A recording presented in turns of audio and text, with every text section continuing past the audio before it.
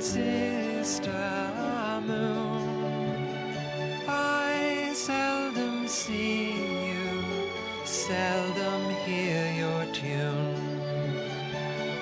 Preoccupied with selfish misery. Greetings, Uncle Travelling Matt here, and I'm reporting back on the end of my second day of walking on the second part of my Camino of St. Francis of Assisi. It's been a mixed day, so I woke up quite early by my standards. I had breakfast in the accommodation, and I had a wonderful time last night. Like I say, I went. I'm just trying to think, when did I do that? So after I did my video, I went out into the town and had a fantastic meal in the local bar, come shop, which a platter of meat and cheese, and it was wonderful. And there was 3 Brazilian pilgrims there. They didn't really speak any English, but they'd done 2 Camino de Santiago's each, and we're now doing this one. And then also spoke to some locals, and there was a lovely local girl called Claudia who spoke English, and I had a chat with her. Went back to the room. It was a wonderful accommodation, by the way. The only problem is there was no matches, no lighters, so I couldn't do. I wanted to do a candle ceremony, and I couldn't do it. So never mind. I stayed up for a while, then went to bed. Slept about 9 hours, really well, and was up ready and feeling pretty good. Stopped at the little bar for a coffee, and then carried on, but for some reason I struggled to get into my stride. I struggled to get a rhythm. Don't quite know why. I was musing over lots of different things. The scenery was wonderful, particularly the first few kilometres coming down from the hill into the valley. Now then I had a problem, and I've talked in the past about how this walk, the guy likes to go off-piste, and he likes to not take the direct route and go up and over unnecessary hills. And this is one of those, and I had an ankle problem, and that comes from the steep descent.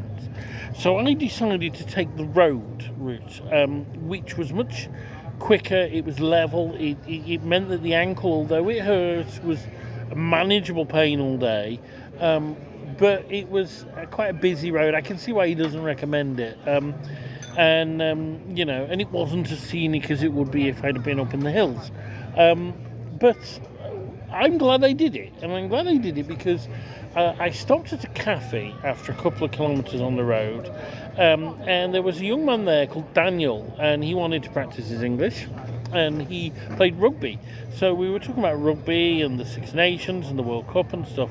Then he got onto the subject of immigrants, and he was very anti-immigration. And I just thought that tells you something about this country, that a local can come across a complete stranger and think it's okay to talk about immigration. It must be just such a normalised topic these days, and they're the times we live in. And do you decry people for being racist, or do you hear their concerns? Are their concerns real, or are they based on what's said in the media? There's a whole debate there. I don't worry about immigration particularly. It's never, I think we've got bigger issues to deal with, like billionaires hoarding wealth, for example, that should be normal people's. But but a lot of people do care, and it gave me something to think about. I then did a very swift 4 kilometres or so to the village of Lirci or Lirki. I never know how to pronounce those CHs in Italy. And there was again, I could have gone off piste there up to a hermitage that St. Francis would stayed at, and I was very tempted to do it, but again they were talking about very steep descents. And I'm thinking, really, Matt, in these early days, you need to manage this ankle and hope it gets better. Obviously, if it doesn't, then, it can cut the Camino short. But I stopped in this cafe, had my lunch, met a pair of American pilgrims called Michael and Mary Ann. And they were from Michigan, and they'd, again, done the Camino de Santiago and now doing this one, and they were absolutely loving it. They were doing the whole thing in one go. So that was nice. And then I continued on, and again, it was easy going. It was flat. It was along the road. The road veered off in places, and it was a bit quieter and pleasanter. But yeah, I mean, it was not the most scenic of days, not the most taxing of days. I don't know how much I did. I should have done, I think, about 20 kilometres, but obviously the road route was shorter, so it was probably more like 15 I did. I don't know, but which is still not a massive day by Camino standards. But again, I got to my accommodation in the old Citta di Castello, which is where I'm now, and I was shattered, and I was absolutely streaming with sweat, and went to bed for an hour or two. So I am still acclimatising to this, and that's the facts.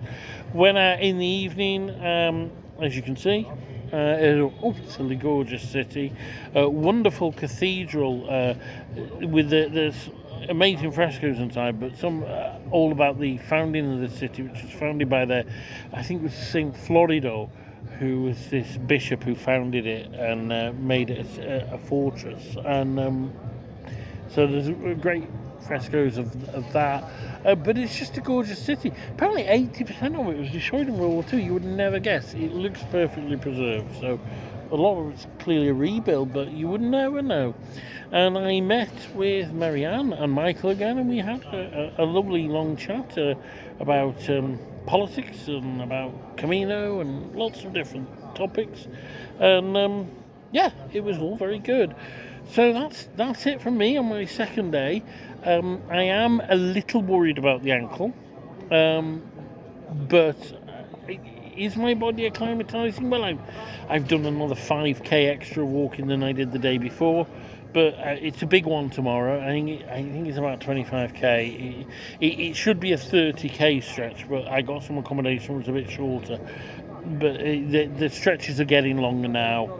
I've had my easy run in, so I'm worrying about that. But you know what? That's the point with Camino. It's about confronting your demons, and I do the physical exercise stuff really is my demon, and it worries me. And you defeat one demon, and there's another one rises up to say, yeah, you succeeded today, but you will fail tomorrow.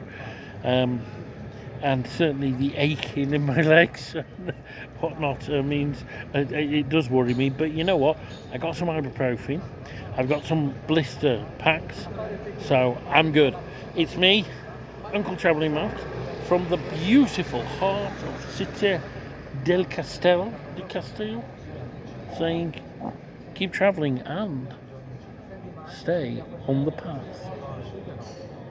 Brother sun and sister moon, I now do see you, I can hear your tune, so much in love with all that I survey.